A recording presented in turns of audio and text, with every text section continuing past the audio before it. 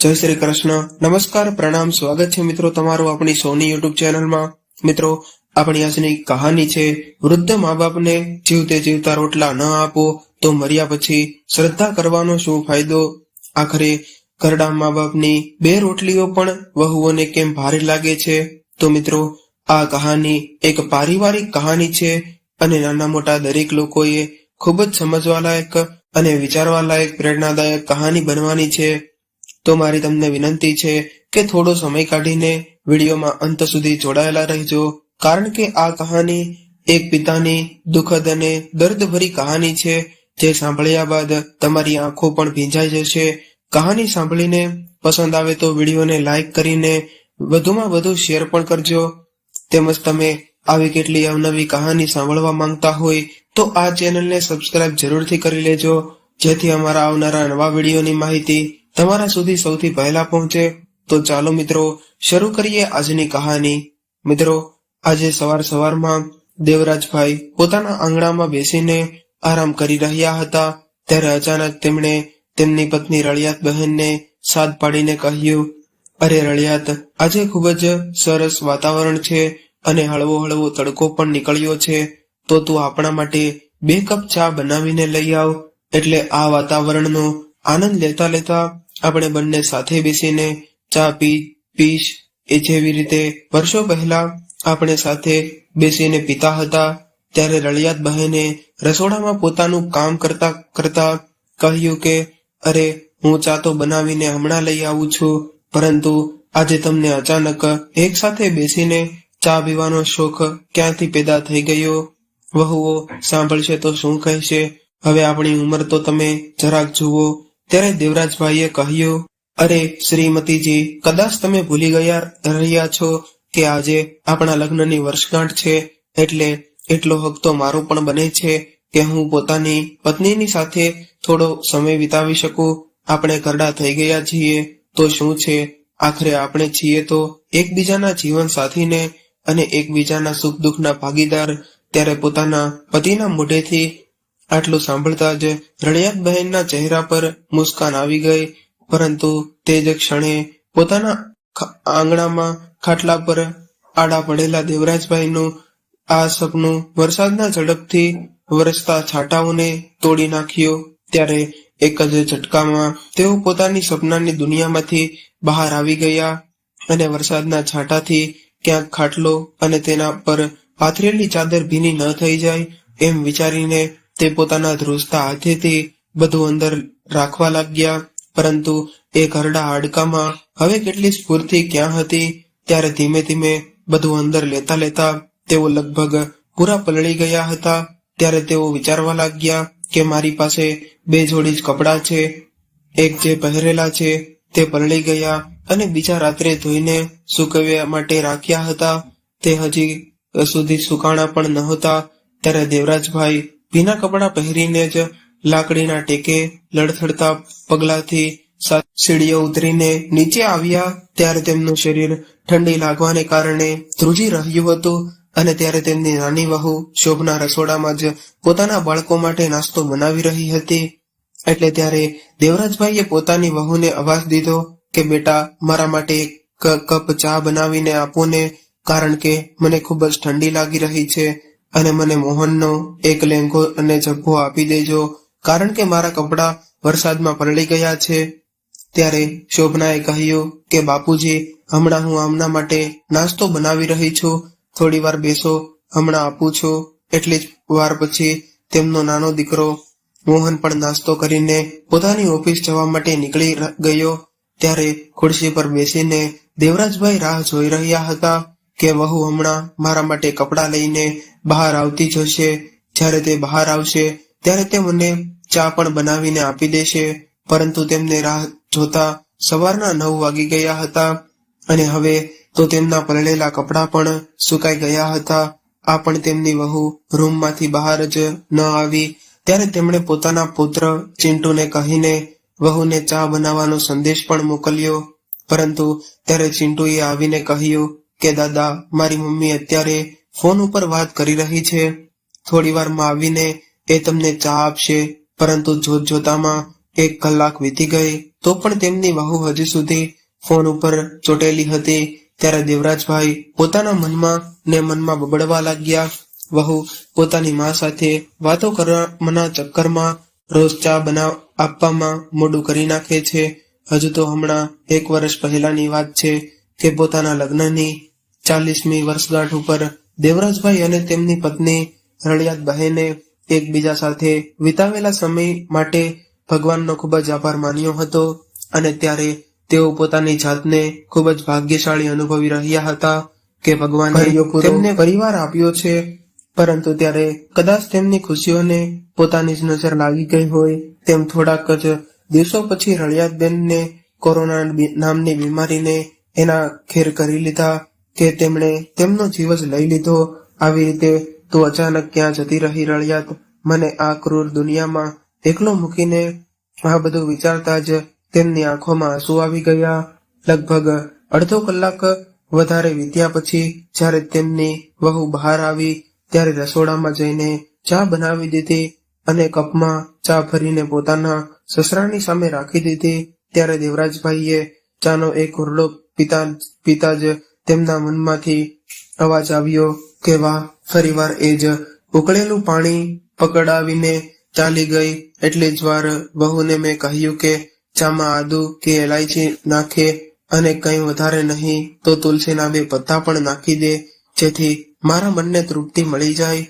પરંતુ વહુએ તો જાણે નક્કી કરી રાખ્યું છે કે ક્યારેય પણ મારી પસંદની ચા મને બનાવીને આપશે જ નહીં. આ પણ ભલા કોઈ ચા છે?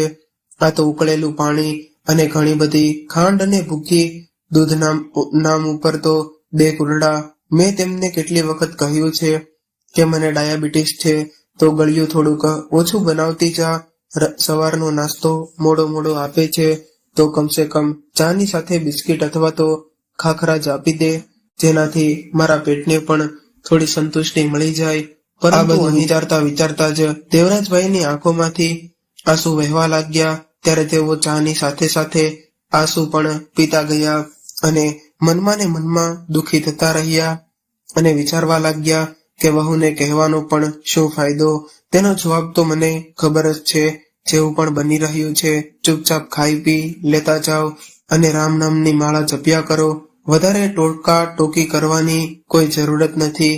મિત્રો, તમને જણાવી દઈએ કે દેવરાજભાઈને 2 દીકરા અને 2 વહુઓ છે અને તેમની પત્નીના મૃત્યુ બાદ તેમના બંને દીકરાઓએ 2 માળનું ઘર હતું તેના ભાગ પાડી દીધા હતા.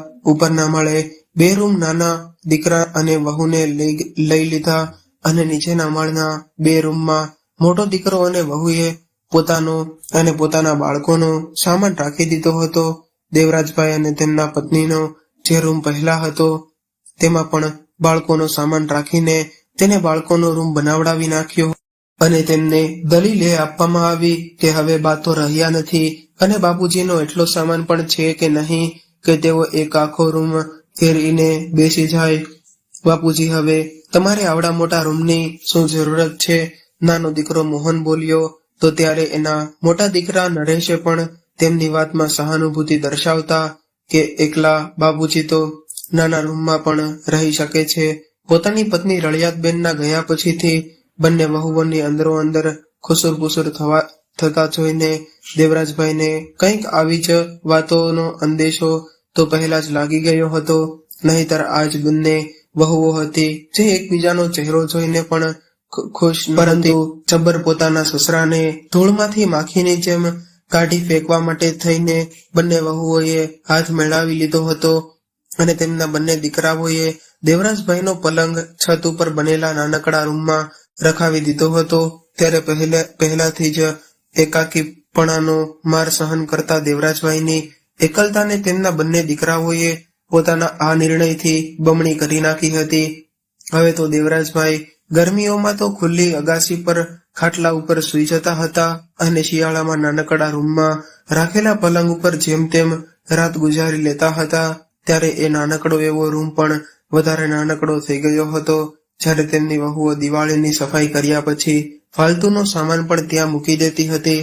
મિત્રો, હજુ તો દેવરાજભાઈના પત્ની ગુજરી ગયા એને 15 દિવસ જ થયા નહોતા કે તેમના બંને દીકરાઓ અને વહુઓ અલગ અલગ રહેવા લાગ્યા હતા અને પોતાના પિતાજીને પણ બે ભાગમાં વહેંચી રાખી દીધા હતા.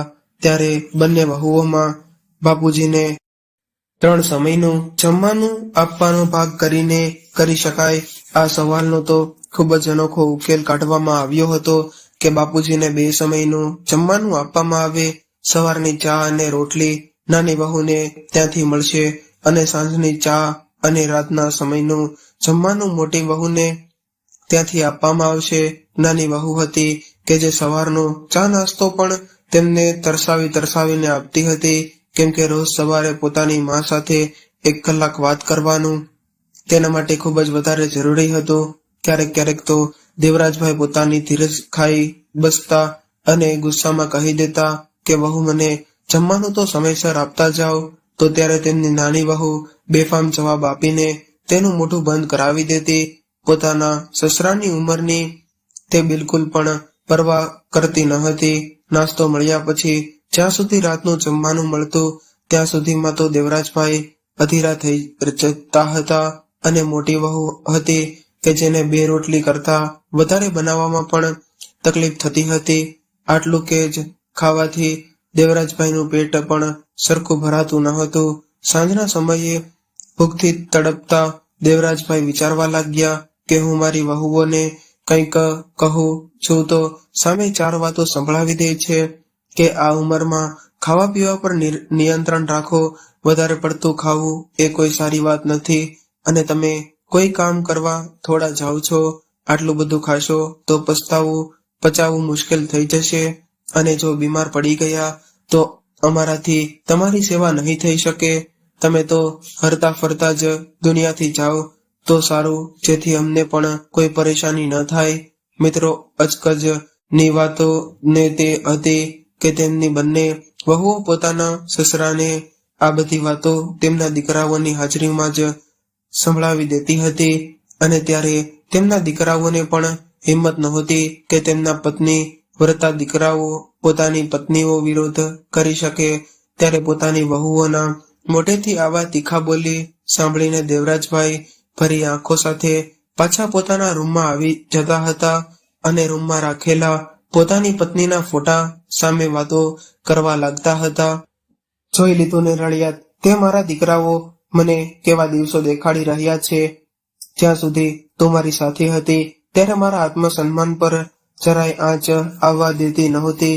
મારી દરેક નાની મોટી જરૂરિયાતોને તું પૂરેપૂરું ધ્યાન રાખતી હતી. જ્યારે મારે તારો સાથ હતો તો જીવનમાં આવા વાળી મુશ્કેલીઓ પણ મારું કંઈ નહોતું બગાડી શકતી, પરંતુ તારા જવાની સાથે જ મારું જીવન પણ વિખેરાઈને રહી ગયું છે. કોઈ પણ આવીને મને કંઈ પણ સંભળાવી દે છે અને હું પણ ચૂપચાપ આ બધું સાંભળતો રહું છું. જેવું જમવાનું તારી વહુ મને આપે છે તે હું ચૂપચાપ ખાઈ લઉં છું, છતાં પણ મારે તેમના આવા કડવા બોલી સાંભળવા પડે છે. હવે તો હું ફક્ત શરીરનું હાડપિંજર છું. મારો જીવ તો એક દિવસે નીકળી ગયો છે, જે દિવસે તું મારાથી જુદા થઈ ગઈ હતી. અને મને ખબર છે કે મારી આવી હાલત જોઈને તને પણ શાંતિ નહીં મળતી હોય. ત્યારે અચાનક દેવરાજભાઈ વિચારવા લાગ્યા કે જ્યારે મારું પેન્શન આવે છે તો બંને દીકરાઓ તેના પર પડકી પડે છે અને અંદરો અંદર અડધું વહેંચી લે છે. તેમને પોતાનો હક તો ખબર છે, પરંતુ ફરજ નિભાવી એ નથી જાણતા. હજી તો મારું પેન્શન ઘરમાં આવી રહ્યું છે, છતાં પણ દીકરાઓ અને વહુઓ મારી સાથે આવું વર્તન કરે છે. જો પેન્શન ન આવતું હોય તો આ લોકો ખબર નહીં મારી કેવી હાલત કરત. ઉંમર થયા છતાં પણ રળિયાતે આખું ઘર સંભાળી રાખ્યું હતું. જ્યાં સુધી મારી પત્ની ઘર સંભાળતી રહી હતી ત્યાં સુધી ઘરનું બધું કામ કરતા પણ તેના ચહેરા પર જરાય ગુસ્સો કે થોડો થાક દેખાતો ન હતો. કેટલું ધ્યાન રાખતી હતી. તું બંને દીકરાઓનું કોઈ દીકરાને એક શાક નહોતું ભાવતું તો ઝડપથી બીજું શાક બનાવીને હાજર કરી દેતી હતી, પરંતુ તેમને ક્યારેય ભૂખ્યા પેટે સુવા દેતી ન હતી. લગ્ન પહેલા સુધી તો તું દીકરાઓ પર ખૂબ જ માન સન્માન આપતા હતા. આપણને ત્યારે પોતાના દીકરાઓને શ્રવણ કુમારની સંજ્ઞા આપતા હું ગર્વ અનુભવતો હતો. ત્યારે હું હંમેશા કહેતો હતો કે જોજે રળિયાત, આપણે બંને તો આપણું ગળપણ સુખ સુવિધાથી વિતાવીશું. આટલા સારા સંસ્કાર જો આપ્યા છે આપણે આપણા દીકરાઓને, જ્યારે આપણે બંને પતિ પત્ની આપણા ભવિષ્ય વિશે સોનેરી સપનાઓ સાંભળતા થાકતા નહોતા. ત્યાર પછી બંને દીકરાઓના લગ્ન થઈ ગયા. વહુઓ હતી તો ખૂબ જ આકરા સ્વભાવની, પરંતુ પોતાના સાસુનું પૂરું માન રાખતી હતી, અથવા તો એમ કહી લો કે માન આપવાનું નાટક કરતી હતી. આખું ઘર જો સાંભળી રહ્યું હતું. તેમની સાસુમાએ અડધાથી વધારે કામ તો તૈયાર કરેલું જ હતું તે બંનેને. ત્યારે આપણો આખો પરિવાર ખુશાલ હતો. પછી અચાનક એક દિવસ ડેન્ગ્યુના તાવે રળિયાતને પૂરી રીતે જકડી લીધી. આજે પણ તે રાત મને યાદ છે જ્યારે રળિયાત 108 ડિગ્રી તાવમાં કણસી રહી હતી. ત્યારે દુખાવાને કારણે તેનું માથું ફાટી રહ્યું હતું. મેં કેટલું કહ્યું હતું પોતાના બંને દીકરાઓને કે પોતાની બા માટે થઈને તાવની દવા લઈ આવો, પરંતુ બંને દીકરાઓ એમ કહીને વાત ટાળી નાખી કે અત્યારે કોઈ દુકાન ખુલ્લી નહીં હોય, પરંતુ સરકારી દવાખાનામાં તો દિવસ રાત ખુલ્લા રહે છે ને. આ વાતના પર તેમના ઉપર કોઈ અસર થઈ નહીં. કદાચ ત્યારે નિંદર તેમને લોકોને પોતાની માં કરતા વધારે વહાલી હતી. સવારે જઈને લાવી આપીશું, અત્યારે તમે પણ સૂઈ જાઓ અને અમને પણ સુવા દો, એમ કહીને બંને દીકરાઓ પાછા સૂઈ ગયા. અડધી રાત્રે પગે ચાલીને હું મારી પત્ની રળિયાત માટે દવા લઈને આવ્યો હતો, પરંતુ જ્યારે ઘરે પહોંચીને મેં જોયું ત્યાં સુધીમાં ખૂબ જ મોડું થઈ ગયું હતું. રળિયાત તો મારી રાહ જોતા આ દુનિયામાંથી વિદાય થઈ ગઈ હતી. એના ગયા પછી તો જાણે હું સાવ અપંગ જ થઈ ગયો હતો. આ લોકો એટલું પણ નહોતા વિચારતા કે જ્યાં સુધી હું જીવી રહ્યો છું ત્યાં સુધી 2 રોટલી તો ખાઈશ જ ને. શું કામે મારી 2 રોટલીઓ પણ આ લોકોને આજે ભારી લાગી રહી છે. પોતાના પત્નીના ફોટાની સાથે વાતો કરતા કરતા દેવરાજભાઈને ક્યારે નીંદર આવી ગઈ તેનો કોઈ ખબર ન પડી. હવે પોતાની એકલતાને દૂર કરવા માટે દેવરાજભાઈ સવારે અને સાંજના સમયે પાર્કમાં ચક્કર મારવા જતા અને ત્યાં તેમની ઉંમરના લોકોની સાથે બેસીને તેમની સાથે વાતો કરીને પોતાનું મન જરા હળવું કરી લેતા. એક દિવસ તે મને તેમના મિત્ર જ્યારે પાર્કમાં બેઠા હતા તો ત્યારે મગનભાઈ બોલ્યા કે આજે મારા દીકરાની વહુ ભરેલા ભીંડાનું શાક કરવાની છે. શું કહું દેવરાજભાઈ, તમને મારા દીકરાની વહુ ભરેલા ભીંડાનું શાક તો એટલું સ્વાદિષ્ટ બનાવે છે કે પેટ ભરાઈ જાય, પણ મન ભરાતું જ નથી. મગનભાઈ એ જેવી જ ભીંડાના શાકની વાત કરી તો ત્યારે દેવરાજભાઈની આંખોમાં ચમક આવી ગઈ. ભીંડાનું શાક તો મારી પત્ની રળિયાત પણ ખૂબ જ સારું બનાવતી હતી, પરંતુ મારી પત્નીની સાથે સાથે મારી જિંદગીના બધા સ્વાદ પણ જતા રહ્યા છે. હવે તો હું મારા દીકરાની વહુઓને બનાવવાનું કહું છું તો આટલું બોલતા બોલતા તેમની આંખોમાં આંસુ આવી ગયા. પછી એકાએક પોતાના આંસુઓને પોતાના હૃદયમાં છુપાવીને વાતને સાંભળવાનો અસફળ પ્રયાસ કરતા તેઓ કહેવા લાગ્યા કે આમ તો જમવાનું તો મારી વહુઓ પણ સારું બનાવે છે. એટલે ત્યારે મગનભાઈ બોલ્યા કે અરે દેવરાજભાઈ, આજે તમે મારી સાથે મારા ઘરે ચાલો, આપણે એક સાથે બેસીને જમીશું. ત્યારે દેવરાજભાઈએ ખૂબ જ મનાઈ કરવા છતાં પણ મગનભાઈ માન્યા નહીં અને જીદ કરીને દેવરાજભાઈને ખવડાવવા માટે થઈને પોતાના ઘરે લઈ ગયા. અને આ વાતને થોડા દિવસો વીત્યા હતા તો ત્યારે તેમની મોટી વહુ દેવરાજભાઈના રૂમમાંથી બહાર આવીને રાડ પાડીને બોલી કે બાપુજી, તમે તો અમારા આબરૂના કાંકરા કરી નાખ્યા છે. તમને શરમ ન આવી આવા કાંડ કરતા? તમારે પોતાની આબરૂના નહીં તો કમસે કમ પોતાના દીકરાઓની આબરૂનો તો ખ્યાલ લેવો હતો ને. આડોશ પાડોશમાં નાક કપાવી નાખ્યું તમે. તો ત્યારે દેવરાજભાઈ જે હેરાનીથી પોતાની વહુની વાતો સાંભળી રહ્યા હતા તેઓ બોલ્યા, પરંતુ વહુ, મેં એવું શું કરી નાખ્યું કે તમે આટલા ગુસ્સે થઈ રહ્યા છો? અચ્છા, દેખાવ તો તમે એવો કરી રહ્યા છો કે જાણે તમને કશી ખબર નથી હોય કે તમે શું કર્યું છે. હમણાં કામવાળી બાઈ મને બતાવીને ગઈ કે તમે થોડા દિવસોથી મગનભાઈને ત્યાં જમવા જાઓ છો. ત્યારે તેમની મોટી વહુએ આ કહ્યું તો તેમના સૂરમાં સૂર ભેળવતી નાની વહુ બોલી કે શું અને તમને જમવાનું નથી બનાવી આપતા કે તમે આજકાલ પાડોશીઓના ઘરોમાં મોઢા મારી રહ્યા છો? તમે જાણો પણ છો કે હું કેટલા રૂપિયાવાળા ખાનદાનની દીકરી છું. જો મારા પિયરમાં આ વાતની ખબર પડી ગઈ તો મારું શું આબરૂ રહી જશે?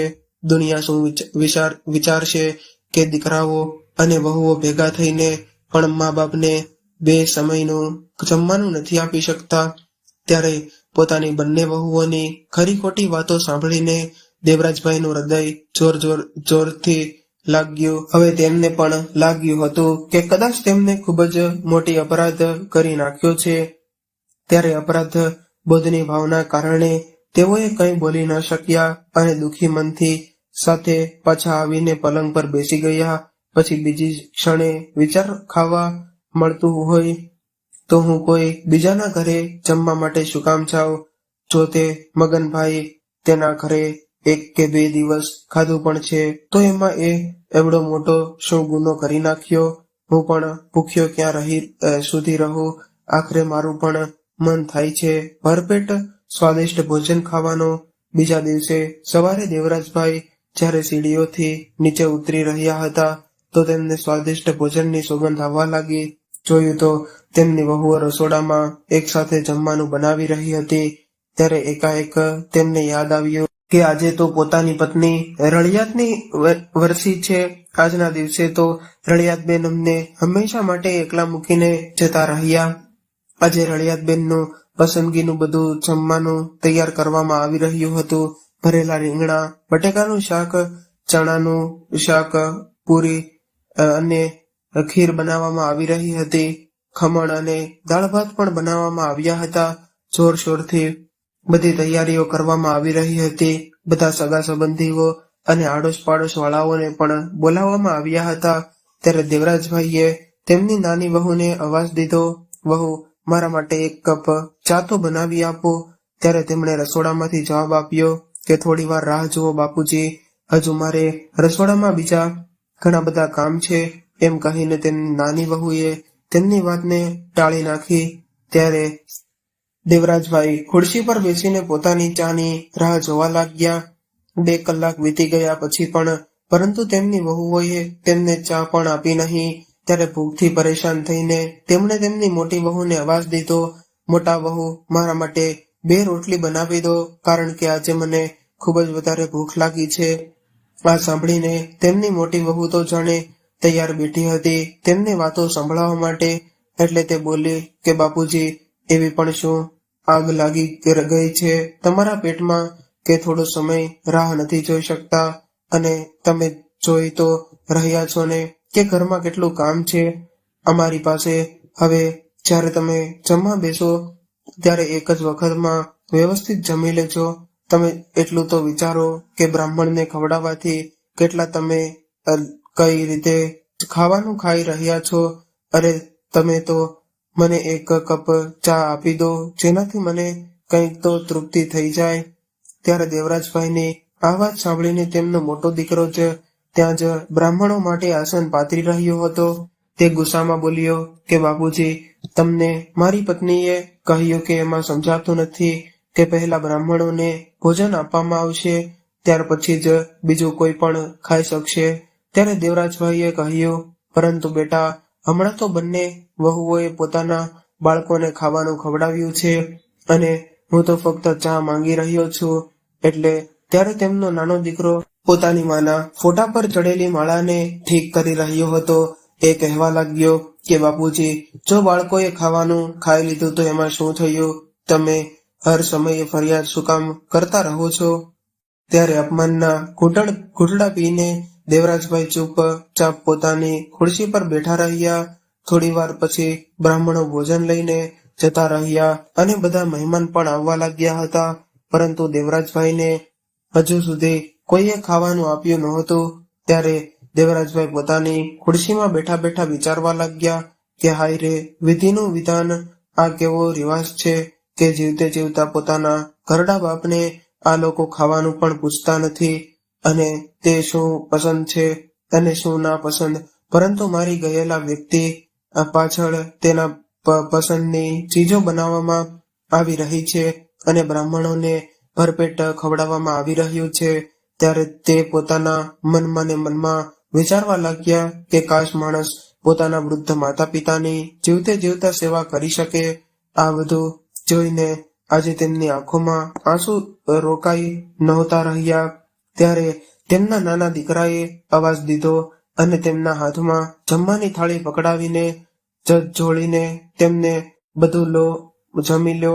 જેવા જ તેઓ ભોજનનો પહેલો કોળિયો મોઢામાં નાખવા ગયા તો ત્યારે તેના દીકરાએ તેમને કહેવા લાગ્યો કે બાપુજી, અહીં બધા મહેમાન આવેલા છે અને તમે અહીં બેઠા બેઠા બધાની સામે આંસુ વહેડાવીને તમાશો કરી રહ્યા છો. જો તમારે આજ બધું કરવું હોય તો તમે પોતાના રૂમમાં જઈને બેસો.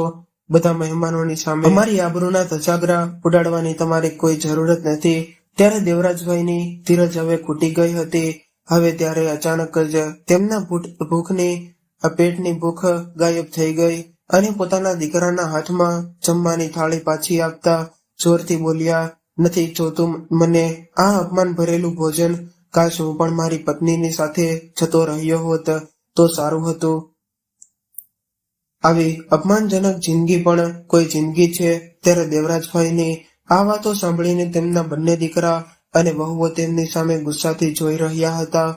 પરંતુ આજે દેવરાજભાઈ ડરીને બેસવાના ન હતા. તેમણે પહેલા શરૂ કહ્યું કે બે દીકરી અને વહુઓની હોવા છતાં પણ મને ભરપેટ ખાવાનું પણ નથી ખવડાવી શકતા, અને જો 1-2 દિવસ મેં પોતાના મિત્રના ઘરે જમી પણ લીધું તો એમાં તમારું નાક કપાઈ ગયું. એના ઉપર પણ જે તીક્ષ્ણ તલવાર જેવી વાતો તમારી પત્નીઓ તેમને સંભળાવી છે એ હજુ સુધી મારા હૃદયમાં તીરની જેમ ભોંકાઈ રહી છે. અને મારો વિશ્વાસ કરો બેટા, તે દિવસે હકીકતમાં હું ભૂખથી મરી રહ્યો હતો. આ સાંભળીને તેમના દીકરાને એક ઝટકો લાગ્યો કે તેમના હોવા છતાં પણ તેમના પિતા પાડોશીઓના ઘરે ખાવાનું ખાઈ રહ્યા છે. ત્યારે પોતાની વહુઓની તરફ જોતા દેવરાજભાઈ બોલ્યા, તમે આજ સુધી ક્યારે મારું પસંદગીનું શાક બનાવીને ખવડાવ્યું છે તમે? બેટા, મારું શરીર જરાક વૃદ્ધ થઈ ગયું છે, પરંતુ મન વૃદ્ધ નથી થયું. આજે પણ હું સારું ખાવા પીવા માટે તરસી રહ્યો છું અને લોકો પોતાના બાળકોની ઈચ્છાઓ તો પૂરી કરવાનું જાણો છો. તેમની પસંદનું ખાવાનું તેમને ખવડાવવાની ખબર પડે છે, પરંતુ મારી ઈચ્છાઓનું શું? તમે લોકો મને 2 ટાઈમ ખાવાનું પણ એવી રીતે ખવડાવો છો કે જાણે મારા ઉપર કોઈ ખૂબ મોટો ઉપકાર કરી રહ્યા હોય. સવારે ઉઠીને 10 વખત ચા માંગુ છું, ત્યારે જઈને ક્યાંક મને ચા મળે છે અને એ પણ ઉકળેલા પાણી જેવો સ્વાદ આવે છે. દીકરા, 3 સમયનું જમવાનું તો દરેક માણસની આવશ્યકતા હોય છે ને તમે એને પણ 2 સમયમાં જમવામાં બદલી નાખ્યું છે, જેથી તમારી સગવડતા સચવાઈ જાય. દીકરા, જેટલું ખાવાનું તમે મને આપો છો એમાં પણ હું ભૂખ્યો રહી જાઉં છું. તો તમે વિચાર કરો કે દીકરા, કે હું કઈ રીતે જીવી શકીશ. દીકરા, હું તમારી જાણકારી માટે થઈને જણાવી દઉં કે હું મારું પોતાનું આખું પેન્શન આ ઘરમાં આપી દઉં છું. હું કઈ મફતના રોટલા નથી તોડી રહ્યો, અને આટલું કરવા છતાં પણ મારું આટલું અપમાન પોતાની માની વર્ષે તો તમે લોકોએ આજે જ ખૂબ જ સરસ ઉજવી. પરંતુ દીકરા, મારી એવી ઈચ્છા છે કે હું ઈચ્છું છું કે તમે લોકો એનું માન રાખો. મારા મર્યા પછી મારી વર્ષી ઉજવવાની, મારું શ્રાદ્ધ કરવાની તમારી કોઈ જરૂરત નથી. એટલું કહેતા દેવરાજભાઈની આંખોમાંથી ઝરઝર આંસુ વહેવા લાગ્યા. ત્યાર પછી તેઓ કંઈ બોલી ન શક્યા. ત્યારે પોતાના પિતા દેવરાજભાઈના મોઢેથી આ બધી વાતો સાંભળીને તેમના બંને દીકરાઓ અને વહુઓની આંખો શરમથી નીચે નમી ગઈ. ત્યારે મગનભાઈ, જે પોતાના મિત્ર દેવરાજભાઈની ભાવનાઓને સારી રીતે સમજતા હતા, એટલે તે તેમના મોટા દીકરાના ખભા પર હાથ રાખીને બોલ્યા કે બેટા, આ વાત જ તમે લોકો નથી સમજતા કે જીવતે જીવતા મા બાપને સારું ખવડાવવું જોઈએ. જો તમે જીવિત વ્યક્તિને ખવડાવીને સંતોષ ન તો મર્યા પછી તેમની વર્ષી ઉપર તેમનું મન પસંદ ભોજન બ્રાહ્મણોને ખવડાવીને શું ફાયદો? માણસના મર્યા પછી પુણ્યતિથિ પણ બ્રાહ્મણોને ભોજન કરાવવાનું શું મહત્વ? ત્યારે જ છે જ્યારે તમે લોકો જીવતે જીવતા પોતાના વડીલોની આત્મન ખુશી રાખો છો. અને દીકરા એક હોય કે બે, આખરે ફરજ તો તેમની જ થાય છે. તેઓ પોતાના માતા પિતાના ખાવા પીવાનું પૂરું ધ્યાન રાખે. ત્યારે મગનભાઈની આ બધી વાતો દેવરાજભાઈના બંને દીકરાઓના હૃદયને હચમચાવી રહી હતી. ત્યારે તેમના ચહેરા પર શરમના ભાવ હતા અને આંખોમાં પસ્તાવાના આંસુ. ત્યારે પોતાના દ્વારા કરવામાં આવેલા વ્યવહાર વિશે વિચારીને તેઓ શરમથી નમી રહ્યા હતા. એનાથી પણ વધારે તેમને એ વાત ખાઈ રહી હતી કે તેમની લાપરવાહીને કારણે આજે એના પિતાજીને મગનભાઈને ત્યાં જઈને જમવું પડી રહ્યું હતું. હવે બધા મહેમાનોના ગયા બાદ તેમના બંને દીકરાઓએ પોતાના બંને દીકરાઓએ દેવરાજભાઈના પગમાં પડીને તેમની માફી માંગી અને પોતપોતાની પત્નીઓને આદેશ આપ્યો કે બાપુજીને જે રૂમ તેમણે બાળકોને આપી દીધો હતો તે તાત્કાલિક ખાલી કરીને તેમાં બાપુજીનો સામાન પાછો ગોઠવી દેવામાં આવે અને બાપુજીના જમવાનું ખાસ ધ્યાન રાખવાની ચેતવણી પણ આપી દીધી. આજે દેવરાજભાઈ પોતાના રૂમમાં ડબલ બેડના પલંગ ઉપર બેસીને ટીવી જોવાનો આનંદ ઉપાડી રહ્યા હતા અને સ્વાદિષ્ટ ભોજન ખાઈ રહ્યા હતા. તો મિત્રો, આજની આ વાર્તા તમને કેવી લાગી અને તમે કયા શહેરમાંથી આ વાર્તા સાંભળી રહ્યા છો તે કોમેન્ટ કરીને જરૂરથી જણાવજો. અને જો વાર્તા પસંદ આવી હોય તો વિડીયોને લાઈક કરીને વધુમાં વધુ શેર કરજો. અને આવી જ કેટલી અવનવી કહાની સાંભળવા માટે અમારી ચેનલને જરૂરથી સબસ્ક્રાઇબ કરજો. હર હર મહાદેવ. રાધે રાધે.